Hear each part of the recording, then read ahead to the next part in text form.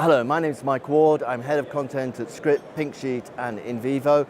I'm here in Copenhagen at the Bio-Europe meeting where biotechs, pharma, investors all get together.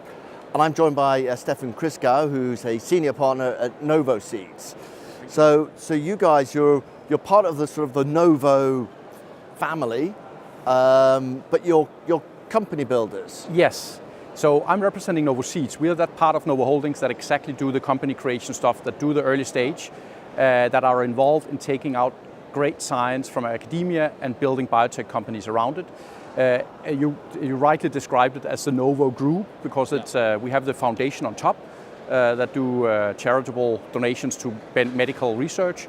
Novo Holdings manage all the assets, where Novo Seeds is one part of that. And then we have the pharmaceutical company Novo Nordisk, but that we are not a strategic, we're not a corporate investor. That's very important to say. We invest for financial return.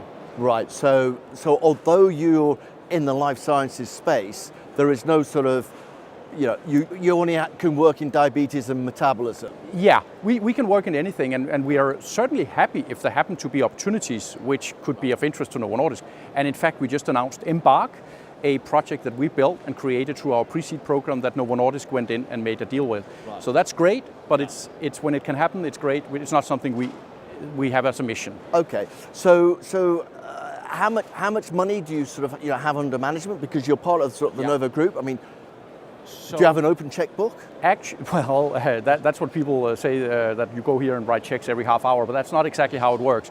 But actually, in Novo Seeds, even though we're called Novo Seeds, important for me to see that we say that we administer quite a range of programs and investment activities, and we have an annual investment budget of in excess of 50 million euros, and that covers both direct investments, where we invest from the early stage all the way to an exit.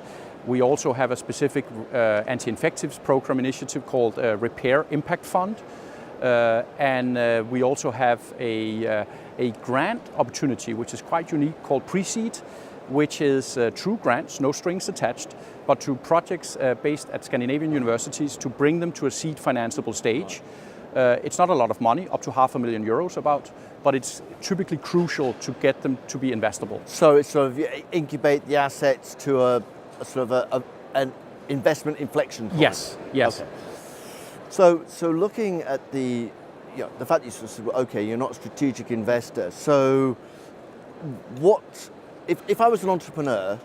Okay, what would I have to be bringing to the table to attract your attention? So first of all, great science done properly. We look for something that's truly innovative. So great science, and how would that be validated? Papers in Nature and Science. Good papers, good data done appropriately with appropriate controls and appropriate number of repetitions. I mean, you would be amazed of how much science is actually not terribly good. So that's one thing. But of course, we look at something that address potentially truly unmet medical needs. So it's one thing to have a novel target or a novel receptor, but you also have to have some kind of hypothesis that sustains or supports that this actually can really benefit some patients that are not treated adequately today. We accept there is scientific and biological and development risk, but we have to see this potential to be truly improving patient lives. Okay, so does it have to be in sort of validated targets, or where the endpoints are sort of firmly nailed down? No, we can go into something which is in novel targets. For instance, Galecto Biotech is a company that we built with a pre-seed grant, built around very, very interesting science around galectins, in particular a molecule called galectin-3. At that point in time, the founder group was the only group working on this target, and we've continued to support this program. They are now a company with the lead program in IPF. They recently announced a €79 million round, so it's great to have been around the table all the way from the very beginning to now, where it's becoming a real serious company. Right, and is the plan with Novo Seeds, when you get involved, do you take them all the way, or I mean, is there a point when you sort of say, actually, we're out? So yes, we can take them all the way. With the comment though that if one of our companies were to raise several hundred millions, right? If that became the goal, well, probably that would be a limit somewhere where we wouldn't take it. But then we are fortunate to be in Novo Holdings, where we have colleagues in Novo Ventures and Novo Principal Investment that actually can participate in those rounds. So we have as a company, Novo Holdings, the capabilities to fund life science companies from every single stage, from the very, very early inception to the big commercial scale, hundreds of millions of euro. And VCs tend to hunt in packs. So I mean, other VCs that you would normally sort of syndicate some of your activities with? So we place a very high emphasis on syndication. We've seen some of the corporate venture funds being here in Europe, one of the active in the early stage. I can mention M Ventures, Novartis Ventures, but we also have other venture funds that we work alongside. We've invested, I think, with most European venture funds, so we are very happy to syndicate. Most venture funds, though, find it difficult to go real early, so they like to come in at the Series A/Series B stage, and that's probably the way it is. And because these companies are very, very early stage, might not have the sort of the executive infrastructure that you might be required. What involvement do you have to help sort of nurture these businesses? So we have recently set up an entrepreneur in residence program called By Origin.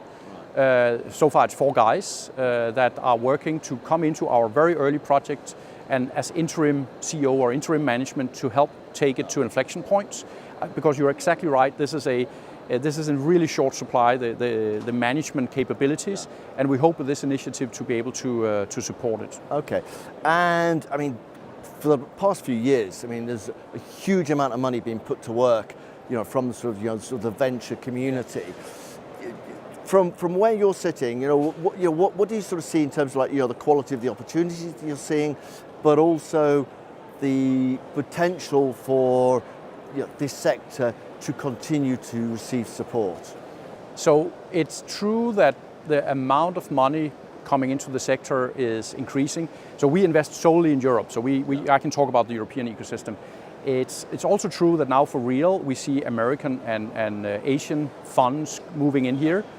I think we continue to see a great supply of good science, but there are some places where the ecosystem is still thin. We touch upon one of the elements, the management pool is thin, and I think there are relatively few funds that go in and do real company creation, where you really have to set the plan and work with the team and maybe build the team, because it requires a lot of work, and honestly, the only way we can do it is that we can follow on those investments all the way to an exit, thereby being able to capitalize on our early stage work.